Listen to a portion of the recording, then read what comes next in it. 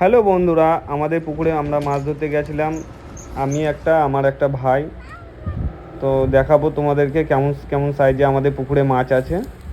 তো একটা ছোট মাছ লেগেছিল ডাঁড়াতে, আমাদের গ্রামের লোকে ডাঁড়া বলে এটাকে। তো দেখাচ্ছি, আমার একটা ভাই মাছটাকে ছাড়ালো, তোমরা দেখো। ছাড়ানোর পর আবার আমরা একটা মাছ ধরছি। ভাইকে আমি বললাম যে ভাই তুই মাছটাকে ছাড়িয়ে নিয়ে আয়, ভালো করে ভেজে নিয়ে আয়। তারপরে মানে একটু পরে একটা অনেক বড় সাইজের একটা মাছ বেঁধে গেছিলো আমাদের ডাঙাতে। অনেকক্ষণ এদিকে সেদিকে যাওয়ার পরে, অনেক চেষ্টা করার পর মানে একদম মাছটাকে তুলতেই পারছিলাম না, একদম যতটুকু পারছিল ভিতরে ভরে নিচ্ছিল, যেটা দমগুলো দেখতে পাচ্ছে। তারপরে অনেক চেষ্টার পর একটা বড় সাইজের একটা মাছ পেলাম। আমার মনে হলো যে 2 কিলো সাইজের এরকম কিছু বড় একটা মাছ।